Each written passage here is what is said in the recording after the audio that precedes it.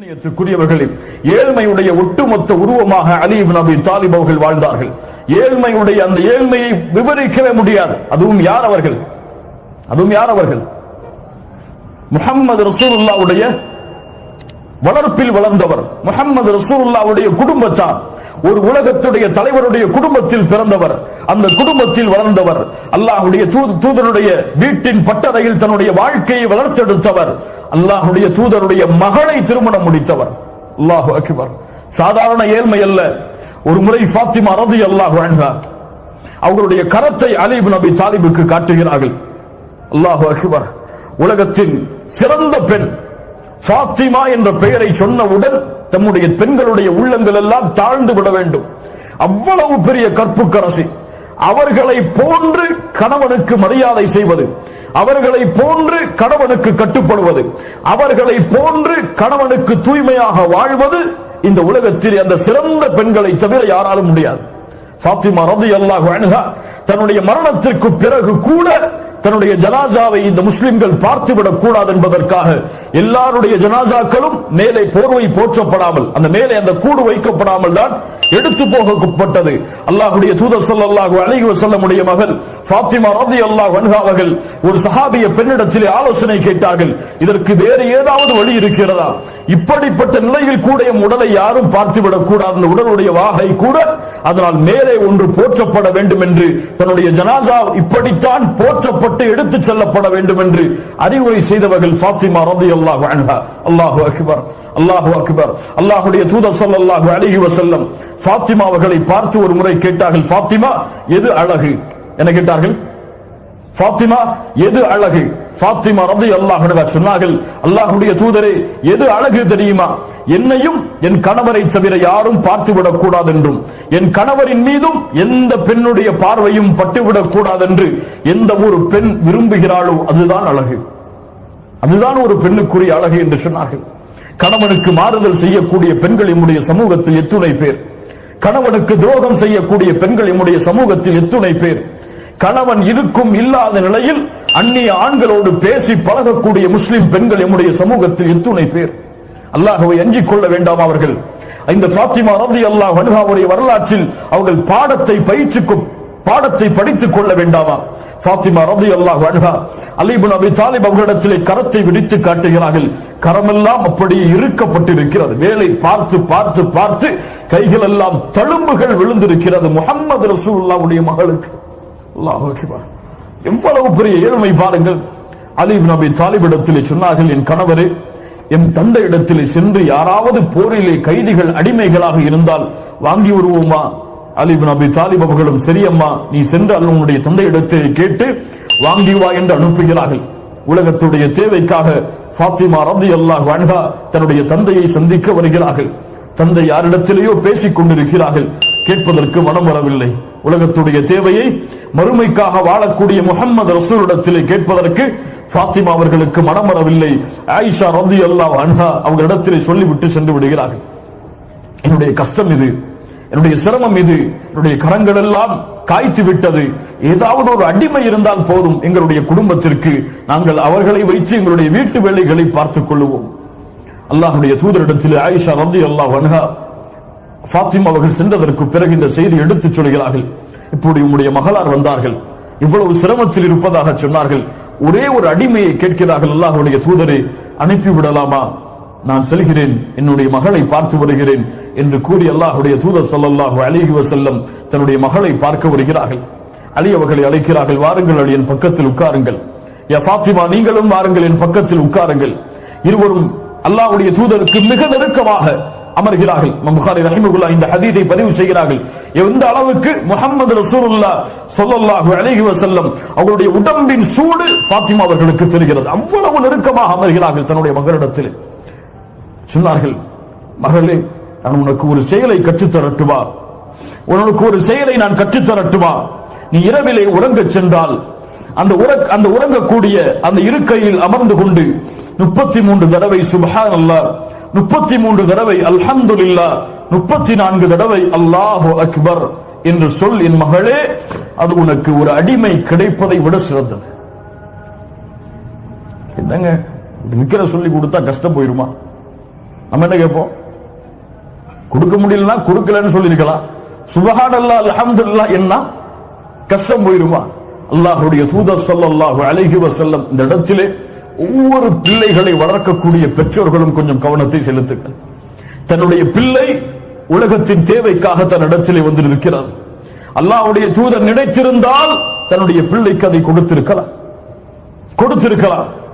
தன்னுடைய அடிமைகளில் யாராவது ஒருவரை கூட தன்னுடைய மகளுக்கு வேலை பார்ப்பதற்காக அல்லாஹ்வுடைய தூதர் நியமித்திருக்கலாம். ஆனால் உலகத்துடைய தேவை வந்த பொழுது, மகளே மறுமையின் தேவைக்காக நீ உன்னுடைய கவனத்தை திருப்பு என்று தன்னுடைய மகளை வளர்த்தெடுத்த முறை முஹம்மது ரசூலுல்லாஹ் ஸல்லல்லாஹு அலைஹி வஸல்லம். ஏன்? என் மகளே, உன் கஷ்டம் நீங்க வேண்டுமா? உன் சிரமம் நீங்க வேண்டுமா? உன்னுடைய உடலுடைய சோர்வுகள் எல்லாம் அகர வேண்டுமா? அல்லாஹ்வை துதி, அல்லாஹ்வை புகழ். இரவேளை நீ உறங்குவதற்கு உட்கார்ந்தால் 33 தடவை சுப்ஹானல்லாஹ், யா அல்லாஹ் நீ மகத்துவமானவன், யா அல்லாஹ், அல்லாஹு அக்பர், யா அல்லாஹ் நீ மிக பெரியவன், யா அல்லாஹ், அல்ஹம்துலில்லாஹ் புகழெல்லாம் உனக்கு யா அல்லாஹ் என்று உள்ளத்தால் நீ அந்த திக்ரை ஓதிவிட்டு உறங்கு. உனக்கு ஒரு அடிமை கிடைப்பதை விட சிறந்தது. என்ன அர்த்தம்? உன் கவலைகள், உன் கஷ்டங்கள், உன் துயரங்கள், உன் துன்பங்கள் எல்லாவற்றையும் அல்லதீன ஆமனு வதத்மஇன்னு குலூபுஹும் பிதிக்ரில்லாஹ். மூமின்கள் யார்? அவர்களுடைய உள்ளம் அல்லாஹ்வின் நினைவால் சாந்தி அடையும். அலா பிதிக்ரில்லாஹி தத்மஇன்னுல் குலூப். மூமின்களுக்கு அல்லாஹ்வுடைய நினைவில்தான் உள்ளத்தின் அமைதி இருக்கிறது என்று அல்லாஹ்வுடைய தூதர் ஸல்லல்லாஹு அலைஹி வஸல்லம் அலி இப்னு அபி தாலிப் அவர்களுக்கும் ஃபாத்திமா ரலியல்லாஹு அன்ஹா அவர்களுக்கு பயிற்றுவித்தார்கள். இன்ஷா அல்லாஹ் இந்த சுன்னத்தை என் வாழ்நாள் முடியும் வரை இந்த இரவிலிருந்து கடைபிடிப்பேன் இன்ஷா அல்லாஹ். அலி இப்னு அபி தாலிப் சொல்கிறார்கள், இந்த செய்தி அல்லாஹ்வுடைய தூதர் எனக்கு சொன்னதிலிருந்து என்னுடைய மரணம் வரை என்னுடைய வாழ்நாளில் உறக்கம் என்று எப்போதெல்லாம் ஏற்பட்டிருக்கிறதோ எந்த இரவையும் விடாமல் நான் இதை சொல்லிக் கொண்டு வந்தேன். இந்த சுன்னத்தை பின்பற்றக்கூடிய முறை. அப்போது கேட்கப்படுகிறது, சிஃபீனுடைய யுத்தம் உங்களுக்கு எதிராக முஆவியா அவர்களுக்கும் உங்களுக்கும் நடந்த, 2 முஸ்லிம்களுக்கு நடந்த அவ்வளவு பெரிய மன கஷ்டத்தில் நடந்த அந்த யுத்தம், அந்த யுத்த களத்தின் இரவில் கூடவா நீங்கள் மறக்கவில்லை? அலி இப்னு அபி தாலிப் சொன்னார்கள், அந்த இரவும் மறக்கவில்லை, இதை செய்தேன். அல்லாஹு அக்பர். அல்லாஹ் இந்த சுன்னத்தை பின்பற்றக்கூடிய பாக்கியத்தை கொடுப்பானா. ஒரு மனிதன் ஒரு சின்ன செயலை செய்வான், அதை பத்தி அவன் பெருசாவே எண்ண மாட்டான். ஏதோ ஒரு கஷ்டப்படுறான்னு சொல்லி ஒரு திரகம தூக்கி கொடுத்துருப்பான், அல்லது பெட்ரோல் பேங்க்ல கிளீன் பண்றவங்களுக்கு ஒரு வாட்டர் பாட்டில் வாங்கி கொடுத்துருப்பான். அதெல்லாம் பெருசாவே நினைச்சிருக்க மாட்டான். ஆனா இந்த அமல் அவனை சொர்க்கத்திலே கொண்டு போய் சேர்க்கும். ஒரு மனுஷன் பெருசா அமல் செஞ்சிருப்பான், ஒரு 10,000 திரகமத்து கடை சதக்கா பண்ணிருப்பான். அவன் 10,000 திரகம் கொடுத்துட்டான், 10,000 திரகம் கொடுத்துட்டான்னு மனசுல எண்ணி எண்ணி வச்சிருப்பான். அவன் அப்படி அந்த பெருமையா என்னதாலேயே அந்த பெரிய செயல் அவனை நரகத்துக்கு போறதுக்கு காரணமாயிரும். அதனால சின்ன செயல்ல இஹ்சான் இருந்தா போதும், சொர்க்கத்துக்கு போயிடலாம். உதாரணமா ரசூலுல்லாஹி ஸல்லல்லாஹு அலைஹி வஸல்லம் சொன்னாங்க, பல ஹதீஸ்கள். ஒரு மனிதர் நடந்து செல்லும் பொழுது ஒரு முள்ள தூக்கி போட்டாருங்க, ஒரு முள்ள தூக்கி போட்டாரு. ரசூலுல்லாஹ் சொன்னாங்க, அதற்கு நன்றி செலுத்தினார், அல்லாஹ் அவரை மன்னித்தான். ஒரு மனிதர் பாதையில் இடைஞ்சலாக இருந்த ஒரு மரத்தை வெட்டி போட்டாரு, அவ்வளவுதான். பெரிய செயலா? அவர் போறதுக்கு இடைஞ்சலா இருந்துச்சுன்னு சொல்லி வெட்டி போட்டாரு. ஸல்லல்லாஹு அலைஹி வஸல்லம் சொன்னாங்க, இவர் செய்ததால் இவரை அல்லாஹ் சொர்க்கத்தில் அனுப்பினான். ஒரு உபச்சாரி நாய்க்கு தாகம் என்பதால் தன் ஆடையை கிணற்றிலே முக்கி எடுத்து அந்த தண்ணீரை பிழிந்ததால் அல்லாஹ் அந்த விபச்சாரியை மன்னித்து சொர்க்கத்தை கொடுத்தான். இஹ்சான். நம்ம 5 வக்து தொழுதா சொர்க்கத்துக்கு போலாம்னு நினைக்கிறோம், தாவா செஞ்சா சொர்க்கத்துக்கு போலாம்னு நினைக்கிறோம், கரெக்டா சதக்கா கொடுத்துட்டா ஜக்காத்து கொடுத்துட்டா சொர்க்கத்துக்கு போலாம்னு நினைக்கிறோம். ஆனா இதெல்லாம் நம்மள சொர்க்கத்துக்கு அழைச்சி போகணும் ஒருபோதும் நினைச்சிருக்க மாட்டோம். கோபத்தை கட்டுப்படுத்தினா சொர்க்கம் கிடைக்கும் நினைச்சோமா? ஒருவருடைய கண்ணியத்தை பாதுகாத்தா சொர்க்கம் கிடைக்கும் நினைச்சோமா? ஒருவருடைய குறையை வெளிப்படுத்தலைன்னா சொர்க்கம் கிடைக்கும் நினைச்சோமா? பொய் சொல்லாம இருந்தா, பொறாமை கொள்ளாம இருந்தா, கோள் சொல்லாம இருந்தா, ஒரு சகோதரனுடைய கண்ணியத்தை பத்தி பேசாம இருந்தா சொர்க்கம் கிடைக்கும் நினைச்சோமா? ஆனா இஸ்லாம் இதனால் தான் உன்னால் சொர்க்கத்தில் எளிதா சொர்க்கத்துக்குள்ள லேசா போக முடியும் சொல்லி நமக்கு வழிகாட்டுது. சுப்ஹானல்லாஹ். இந்த குணங்கள் எல்லாம் நம்முடைய வாழ்க்கையில இல்லாத காரணத்தால தான் இன்னைக்கு உலகம் எல்லாம் இந்த சமூகத்தை ஒரு எதிரியான சமூகமாக பார்க்கிறது.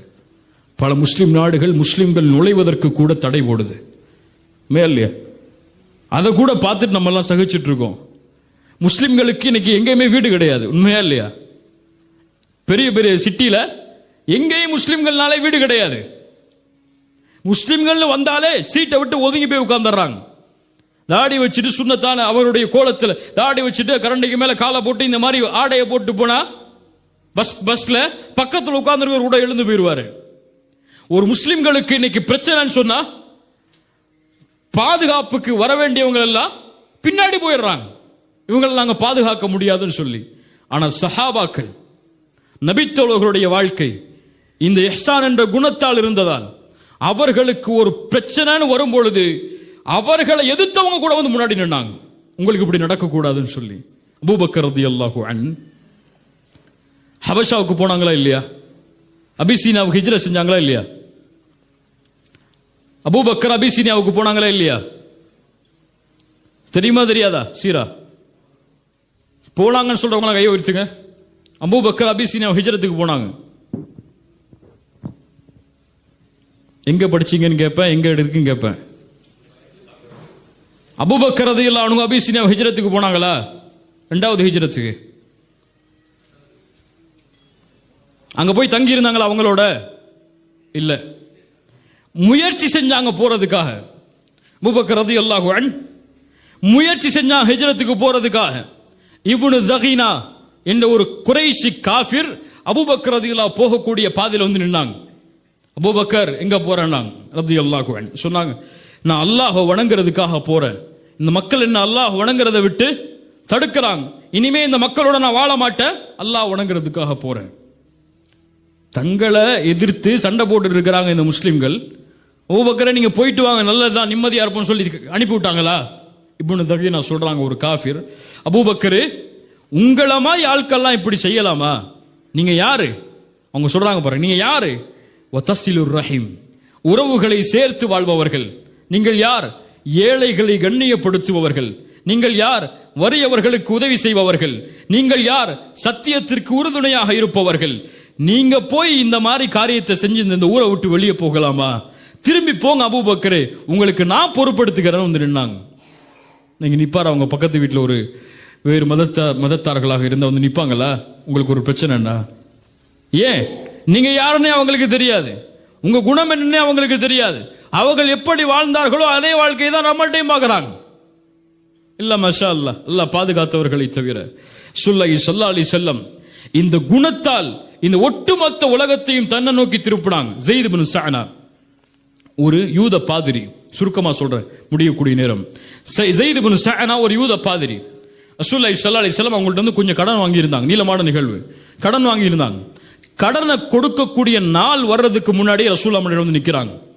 நிக்கிறதோடு மட்டுமல்ல, ரசூலுல்லாஹ்வுடைய சட்டையை பிடிச்சாங்க. உமர் இருக்கிறார் முன்னாடி ரலியல்லாஹு அன்ஹு. சட்டையை பிடிச்சு கேட்டாரு, அப்துல் மனாஃபுடைய குடும்பம் இப்படித்தான் ஏமாத்துவீங்கன்னு எனக்கு தெரியும், ஆனா நீங்களும் இப்படி ஏமாத்துவீங்களா? கடனை திருப்பி கொடுங்கன்னாங்க. உமர் ரலியல்லாஹு அன்ஹு சொன்னாங்க, கையை எடுக்கல கை வெட்டப்படும். உடன்படிக்கை மட்டும் இருக்கு, இல்லைன்னு சொன்னா நடக்கிறது வேற, கையை எடுத்துருந்தாங்க. ரசூலுல்லாஹி ஸல்லல்லாஹு அலைஹி வஸல்லம் உமரை பார்த்தாங்க. உமரே, உங்ககிட்ட இருந்து நான் இதை எதிர்பார்க்கலையே. அவர் கடனாளி எங்கிட்ட வந்து கடனை கேட்கிறாரு. ரசூலுல்லாஹ் கடனை கொடுக்காம இருக்கீங்களா, திருப்பி கொடுங்கன்னு சொல்லதை தவிர நீ அவரை போட்டு ஏசிரிய உமரேன்னாங்க. சுப்ஹானல்லாஹ். உமரே, நீ இவரை அழைச்சிட்டு போ, அவர் கொடுக்க வேண்டிய கடனை கொடுத்துட்டு 2 கையளவு பேர்த்த மலத்தை அதிகமா கொடுனாங்க. நீ அவர் மனசை காயப்படுத்தினல்ல, அந்த காயப்படுத்துறதுக்கு சேர்த்து கொடுத்து அனுப்புனாங்க. உமர் கூட்டு போறாங்க. அவர் போகும்போது கேட்கிறாரு, உமர் நான் யாரு தெரியுமா? நீங்க யாரு? ஸைத் இப்னு ஸஅனா. நீங்களா? யூத பாதிரி ஆயிற்றே நீங்கள், நீங்களா ரசூலுல்லாஹ்ட்ட எப்படி நடந்து கொண்டீங்க? அவர் சொல்றாரு, ரசூலுல்லாஹி ஸல்லல்லாஹு அலைஹி வஸல்லம் அவர் ரசூல் என்று எனக்கு தெரியும். 2 குணத்தை தௌராத்துல படிச்ச, அந்த குணம் இவட்ட இருக்கான்னு சொல்லி நேரடியா செக் பண்ணுங்கிறதுக்காகவே வந்தேன். இது நான் கடனை வாங்குற நாளும் கிடையாது, அதுக்கு நேரம் இருக்கு. அந்த 2 குணம் என்ன? அறியாமையோடு அவரிடத்திலே நடந்து கொள்ளும் போது அவர் இரக்கத்தை காட்டுவார், மென்மையை காட்டுவார். எவ்வளவுதான் அறியாமை மிஞ்சினாலும் மென்மையை தவிர எதுவும் வெளிப்படாது. சட்டையை பிடிச்சாலோ அவருக்கு கொடுக்க வேண்டிய கடன் இருக்குங்கிறதுக்காக நீதமாக நடந்து கொள்வார். உமரே, உன்னை சாட்சியாக வைக்கிறேன், அஷ்ஹது அல்லா இலாஹ இல்லல்லாஹ் வ அஷ்ஹது அன்னஹு ரசூலுல்லாஹ். இதான் இஸ்லாம், இதான் இஹ்சான். இன்னைக்கு தொழுகையில கரெக்டா இருக்கிறோம், தாடி வைக்கிறதுல கரெக்டா ஆயிரும், பயான் கேட்கறதுல கரெக்டா இருக்கிறோம், பயான் பேசுறதுலயும் கரெக்டா இருக்கிறோம், தாவா செய்யறதுல கரெக்டா இருக்கிறோம், பயான் நிகழ்ச்சிகள் நான் கூட்டமா வர்றதுல கரெக்டா இருக்கிறோம். இல்ல மாஷா அல்லாஹ். ஆனால் பர்சனல் டீலிங் அல்லது முஆமலாத், ஒருவருடைய தொடர்பு உறவு வரும்பொழுது எல்லாரும் கோட்டை விடுறோம். இல்ல மாஷா அல்லாஹ். தொழுகையில கரெக்டா இருந்த நம்மளால கோபத்தை கட்டுப்படுத்த இன்னும் முயற்சி பண்ணல. நம்ம தொழுகையில கரெக்டா இருக்கிற நம்ம மற்றவங்களை பத்தி தரக்குறைவா பேசுறதை நிப்பாட்டணும்னு முயற்சி செய்யல.